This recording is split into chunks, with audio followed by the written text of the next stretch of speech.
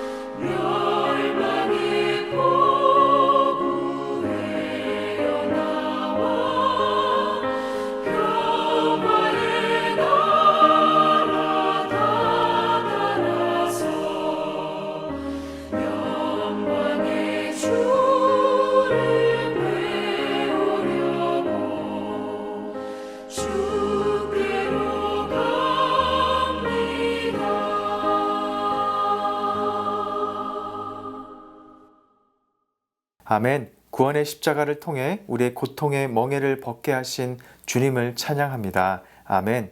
오늘의 말씀은 열왕기상 12장 1절에서 11절의 말씀, 함께 하나님 말씀 읽겠습니다.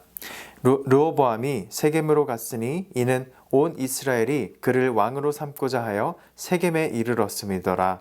느밧의 아들 여로보암이 전에 솔로몬의 왕의 얼굴을 피하여 애굽으로 도망하여 있었더니 이제 그 소문을 듣고 여전히 애굽에 있는 중에 무리가 사람을 보내 그를 불렀더라. 여로보암과 이스라엘의 온 회중이 와서 르호보암에게 말하여 이르되 왕의 아버지가 우리의 멍에를 무겁게 하였으나 왕은 이제 왕의 아버지가 우리에게 시킨 고역과 매운 무거운 멍에를 가볍게 하소서. 그리하시면 우리가 왕을 섬기겠나이다. 르호보암이 대답하되 갔다가 3일 후에 다시 내게로 오라 하매 백성이 가니라. 르호보암 왕이 그의 아버지 솔로몬의 생전에 그 앞에 모셨던 노인들과 의논하여 이르되 너희는 어떻게 충고하여 이 백성에게 대답하게 하겠느냐. 대답하여 이르되 왕이 만일 오늘 이 백성을 섬기는 자가 되어 그들을 섬기고 좋은 말로 대답하여 이르시면 그들이 영원히 왕의 종이 되리이다 하니 왕이 노인들이 자문하는 것을 버리고 자기 앞에 모셔 있는 자기와 함께 자라난 어린 사람들과 의논하여 이르되 너희는 어떻게 자문하여 이 백성에게 대답하게 하겠느냐. 백성이 내게 말하기를 왕의 아버지가 우리에게 메운 멍에를 가볍게 하라 하였느니라. 함께 자라난 소년들이 왕께 아뢰어 이르되 이 백성들이 왕께 아뢰기를 왕의 부친이 우리의 멍에를 무겁게 하였으나 왕은 우리를 위하여 가볍게 하라 하였은즉 왕은 대답하기를 내 새끼손가락이 내 아버지의 허리보다 굵으니 내 아버지께서 너희에게 무거운 멍에를 매게 하였으나 이제 나는 너희의 멍에를 더욱 무겁게 할지라. 내 아버지는 채찍으로 너희를 징계하였으나 나는 전갈 채찍으로 너희를 징계하리라 하소서. 아멘. 하나님의 말씀입니다. 하나님 말씀에 감사합니다. 열왕기상 이 11장까지는 솔로몬이 아버지 다윗 왕을 이어서 이스라엘의 왕으로 통치하며 성전을 짓고 하나님의 뜻을 따라 순종하며 통치하는 것을 보았고 또 그의 통치 40년 중 이 전반기와 후반기가 다르게 하나님의 뜻을 끝까지 따르지 못하고 이방 여인들과 결혼하며 우상 숭배를 하는 나락의 모습을 보았습니다. 그리고 하나님께서는 이스라엘을 나뉘게 할 것임을 말씀하셨는데 다윗 왕을 생각해서 솔로몬의 때가 아닌 그의 자손의 때에 그렇게 될 것임을 말씀하셨습니다. 그래서 이제 솔로몬은 죽고 그의 아들 르호보암이 즉위할 즈음 이스라엘은 국가적으로 아주 심각한 상태였습니다. 솔로몬 때에 성전과 왕궁을 짓느라고 그 결과물들은 아주 아름답고 영광스러웠을지 모르겠지만 그 내면에는 솔로몬 치하에서 지나친 노역과 과중한 세금에 시달린 백성들의 그 불만이 도를 넘쳤기 때문입니다. 이는 마치 또한 애굽의 노예 시절을 떠오르게 하기도 합니다. 르호보암 왕이 되는 즉위식을 하기 위해 모두 이제 세겜에 모였습니다. 세겜은 우리에게 아주 친숙한 장소입니다. 아브라함이 하나님의 언약을 받고 이동해 가면서 가나안의 세겜 땅 상수리 나무 아래에 머물렀고 여호수아는 정복 전쟁 후에 세겜의 이스라엘 백성을 모아놓고 언약을 갱신하였었죠. 세겜은 이스라엘의 이 가나안 땅 입성 여정의 처음과 이 끝이 맞닿아 있는 곳입니다. 그래서 이 장소에서 여호수아는 여호와를 섬길지 아니면 가나안의 우상들을 섬길지 백성들에게 선택하라고 촉구하였고 이스라엘 백성은 여호와만을 섬기겠노라라고 선언하였던 곳입니다. 그러므로 이곳 세겜에서 그의 왕 즉위식을 한다는 것은 이 지명의 그 역사적 배경의 중요성을 통해서 그곳에서 선조들이 이 여정을 마무리하기도 하였고 미래의 비전을 새롭게 세웠기 때문에 왕이 자신의 통치를 위해 이룰 비전을 백성에게 투영하기에 아주 적절한 장소였다는 것이죠. 그런데 이 자리에 함께 모인 온 이스라엘 회중은 이제 여로보암 또한 애굽에 피신해 있다가 돌아와서 르호보암에게 그들의 요구를 전달하게 됩니다. 솔로몬 왕 때 무겁게 짊어졌던 멍에를 이제 가볍게 해달라는 것입니다. 그리고 그렇게 하면 우리가 왕을 섬기겠다라고 말하였습니다. 이에 르호보암은 3일 후에 다시 오라고 답을 주겠다라고 하였습니다. 그리고는 이에 대해 자문을 구하기 위해 아버지 솔로몬 왕의 생전에 함께 왕을 모셨던 노인들에게 어떻게 답해주면 좋을지 묻게 됩니다. 아버지 세대와 함께했던 노인분들은 그들의 요구를 들어주고 그들이 왕을 섬기도록 먼저 섬기는 모습을 보이는 것이 좋겠다고 하였습니다.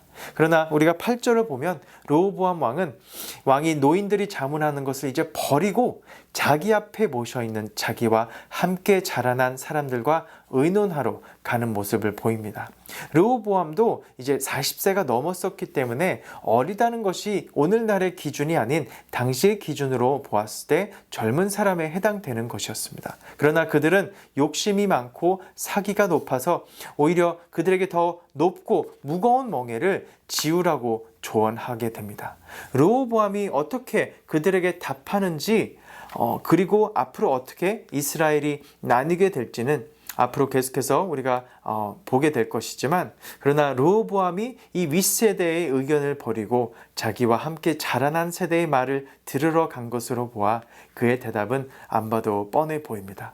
이는 어떤 세대가 더 지혜로운 의견을 갖고 있느냐를 나타내기보다는 리더가 이미 이 정해놓은 답 안에서 자기가 듣고 싶고 하고 싶은 것을 따라가는 것을 짚어주고 있는 것입니다. 그래서 이와 관련해서 우리는 이 성경 속에서 이 리더의 자질에 대해 여러 가지 면들을 볼 수가 있는데요. 그 중에서도 오늘 가장 중요한 것은 이 리더는 먼저 이 공동체의 전통성 안에서 미래를 위한 비전을 제시할 뿐만 아니라 그 비전 아래 이 공동체의 구성원들을 또 하나로 묶을 수 있어야 함을 보게 된다는 것입니다.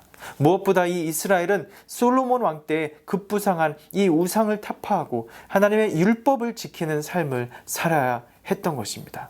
또한 이 리더의 덕목으로서 이 리더는 이 권위로 세워지는 것이 아니라 공의를 통해 공의로 이 공동체를 섬겨야 되는 줄 믿습니다.